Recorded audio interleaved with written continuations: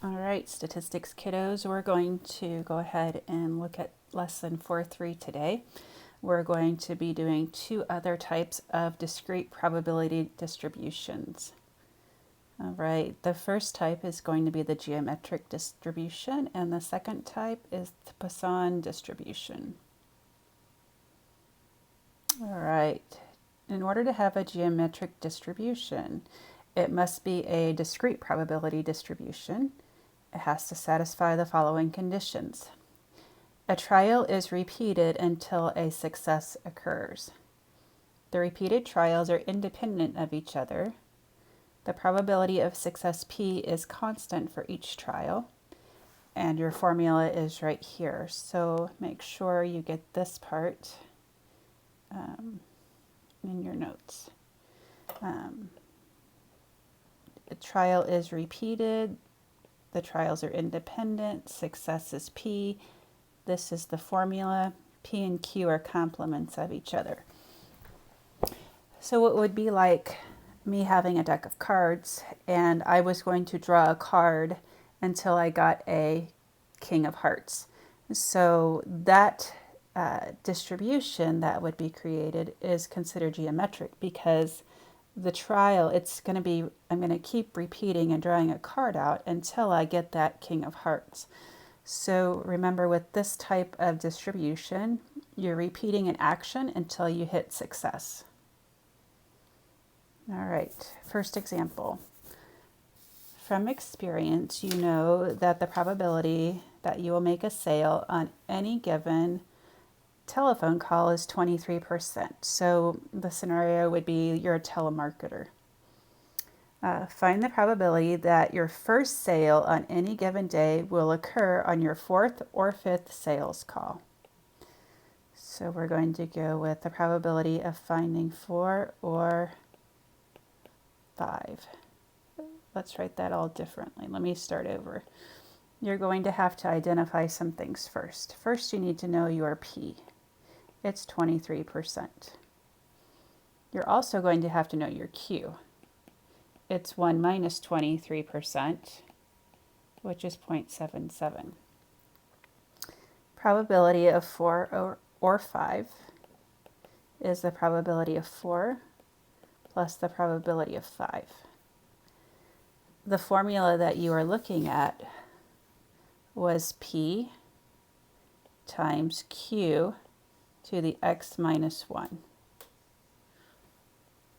All right, here we go. So we have 0.23 times 0.77 raised to the 4 minus 1.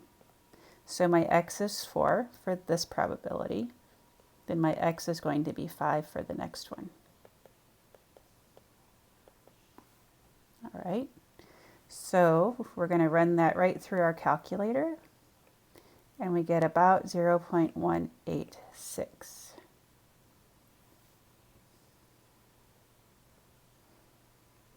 Okay, so using the same information from the previous slide, so P was 0.23.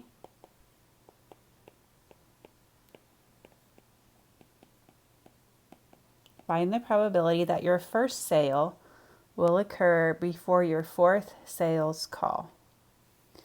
So you're finding the probability that it happens before the fourth call. So x is less than 4. So that's going to be the probability of 1 plus probability of 2 plus the probability of 3. Notice I didn't put 0 in.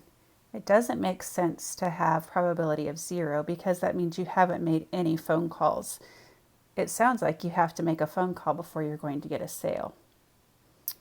All right, so 0.23 times 0.77 to the x minus 1 plus 0.23 times 0.77 to the x minus 1, and then again. All right, and if you want, you can always clean that up before you put it in your calculator. I didn't do that on the last one, but you certainly could clean it up a little bit.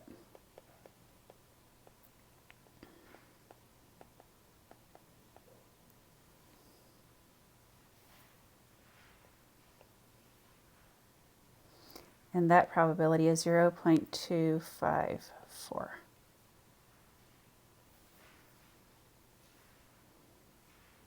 right, here's another example for you. You roll a die until you roll a 5. So you're going to repeatedly roll a number die until you get a 5. What's the probability that the first 5 you roll will occur before your 6th roll? All right, so success would be actually getting the 5, so that's 1 out of 6. That means your Q is 5 out of 6. Okay, we want the 5 to occur before my 6th roll, so x is less than 6. So that means you're going to add together p of 1 plus p of 2 plus p of 3 plus p of 4 plus p of 5. And here we go, 1/6 times 5/6 to the 1 minus 1 plus 1/6 times 5/6 to the 2 minus 1, 1/6 times 5/6 to the 3 minus 1, 4 minus 1, and 5 minus 1. And if you run that all into your calculator, you're going to get about 598. So a roughly 60% chance. All right, Poisson distribution. That's the last type of probability distribution we'll see in this chapter. It too is a discrete probability distribution. Okay, the experiment consists of counting the number of times an event occurs in a given interval. The interval can be an interval of time, like months or days, area, or volume. Probability is the same for each interval of time, area, or volume, and the number of occurrences is independent of the number of occurrences in the other intervals. All right, probability of the event occurring is the same for each interval, and this is your formula. The E that you're using is this value here. Mu is the mean number of occurrences. You guys are going to find your it'll be on your calculator, it says e to the x. So that's the key we'll use on your graphing calculators for this. All right. The mean number of accidents per month at a certain intersection is 3. So right there, I know my mean is 3. Per month, there's my unit of time. All right. What is the probability that in any given month 4 accidents are going to occur?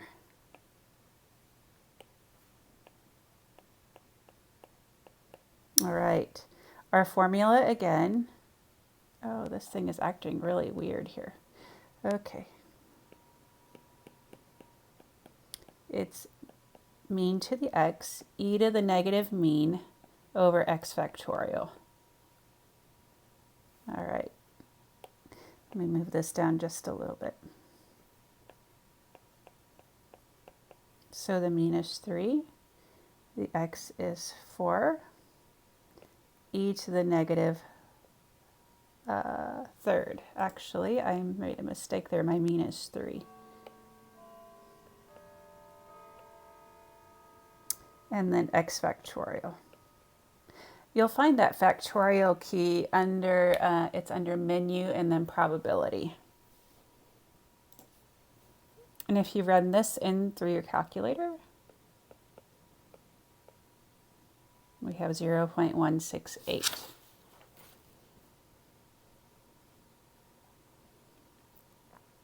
And this should be, let's see, okay, I was just making sure I numbered my examples right. Number 3. What is the probability that more than 4 accidents will occur in any given month at the intersection? Okay, so we found out in this one the probability of 4. Now you want to find the probability that x is more than 4. Well, more than 4 is the complement of less than or equal to 4. So that's going to be 1 minus the probability that x is less than or equal to 4. I can't just do the probability greater than 4 because remember these trials go on until you have success. So you have no upper bound. So that's why you need to subtract the complement from 1. So this is going to be 1 minus, and then put up parentheses or a bracket, probability of 0. Now 0 makes sense for this one because you can have no accidents in a month. Or the probability of 1 accident, 2, 3, and 4. Okay, what does that look like? Here's what it looks like. 1 minus, and then we have 3 to the 0. Remember your mean was 3. And then you have e to the negative mean over x factorial.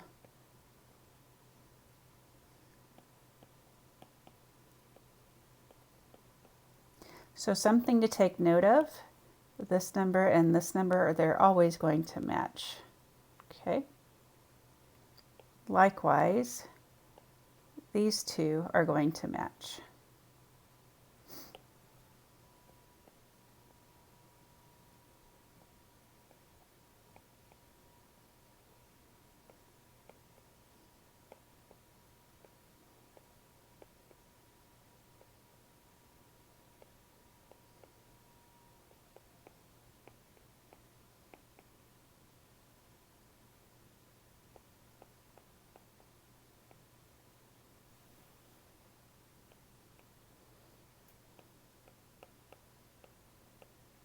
Okay, once you take the time and put all of that into your calculator, you should get about 0.185.